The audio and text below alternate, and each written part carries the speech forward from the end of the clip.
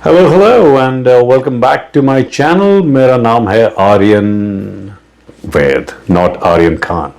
लेकिन आज हम लोग बात करेंगे आर्यन खान के डायरेक्टोरियल डेब्यू के बारे में, जिसका नाम है, क्या नाम है?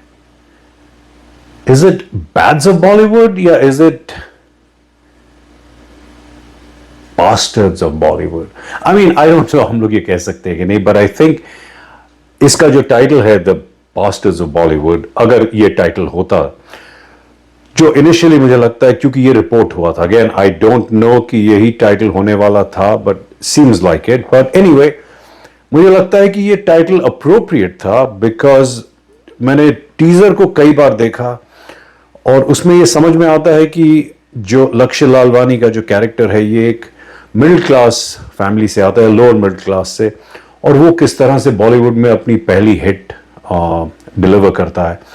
उसका ये जो सफ़र है बॉलीवुड में स्टार बनने का, और क्योंकि आर्यन खान को और शाहरुख खान को ऑफ कोर्स बॉलीवुड का इनसाइट है कि बॉलीवुड किस तरह से काम करता है, तो वो अगर वो अपना पर्सपेक्टिव इस शो में लाते हैं तो I think it will be a fantastic viewing experience. कि बाहर से आप देखेंगे कि बॉलीवुड में कुछ चीज़ें किस तरह से होती हैं।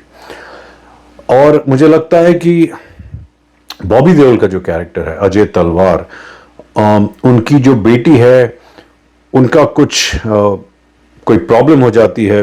लक्ष्य इस कैरेक्टर, जहां तक मुझे लग रहा है, जहां तक मुझे स्टोरी समझ में आ रही है टीजर और ट्रेलर देखने के बाद, और वहां से कुछ प्रॉब्लम होती है। तो जो कहानी है, it is kind of anti nepo kids. Again, मैंने सिर्फ टीजर और ट्रेलर देखा है, तो जहां तक मुझे समझ में आ रहा है, इसीलिए उसका जो टाइटल था द बास्टर्ड्स ऑफ बॉलीवुड, कि जिनका बॉलीवुड में कोई बाप नहीं है। अभी हम आते हैं कि टीजर किस तरह का था, ट्रेलर किस तरह का था। ऑफ कोर्स बहुत ग्लॉसी है। एक ही छत के नीचे, so to speak, Shahrukh, Aamir, Salman, Ranveer Singh, Disha Patani, और उसके बाद आप अगर बाकी की कास्ट देखें, Manoj Pahwa, Mona Singh, Rajat Bedi, after a long time. Just to share a little tidbit, Rajat और मैंने साथ में शायद 2 फिल्में की हैं।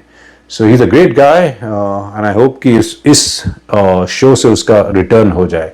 एंड आई मीन, इस तरह की कास्ट को एक साथ जमा करना, only Shahrukh Khan could have done that. बहुत मुश्किल है कि आप तीनों खान्स को एक साथ लेके आए, and of course S Rajamouli. तो ट्रेलर तो ऑफ कोर्स बहुत ग्लॉसी लग रहा है, बहुत भारी लग रहा है, बिकॉज जिस लेवल की स्टारकास्ट इसमें लाए हैं। उसके बाद जो ह्यूमर है ट्रेलर में, वो टिपिकल शाहरुख खान का जो ह्यूमर है, विच I really like.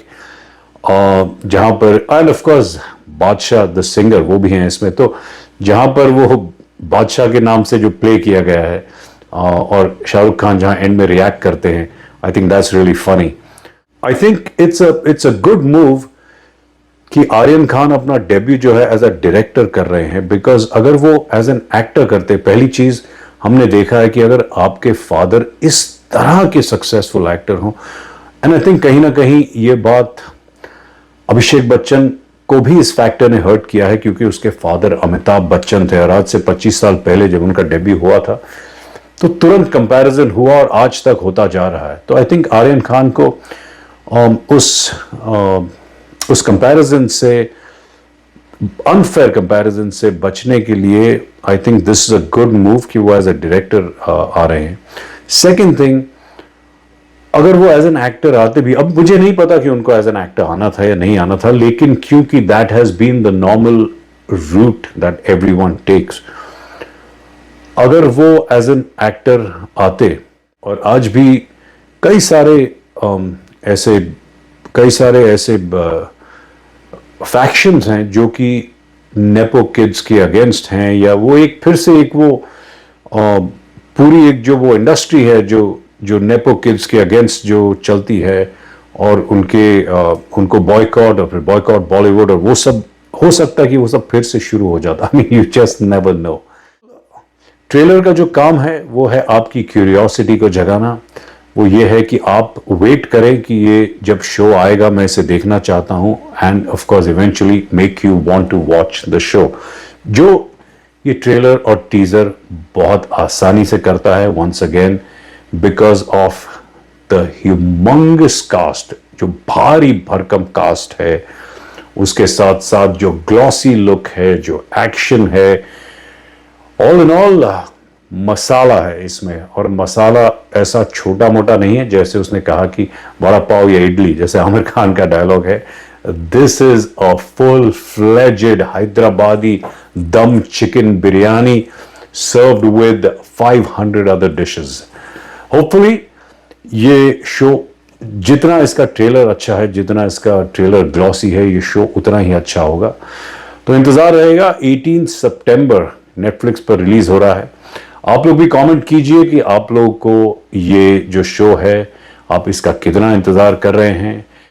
Till we meet again. और हाँ, मैं अभी जा रहा हूँ बागी देखने, बागी 4।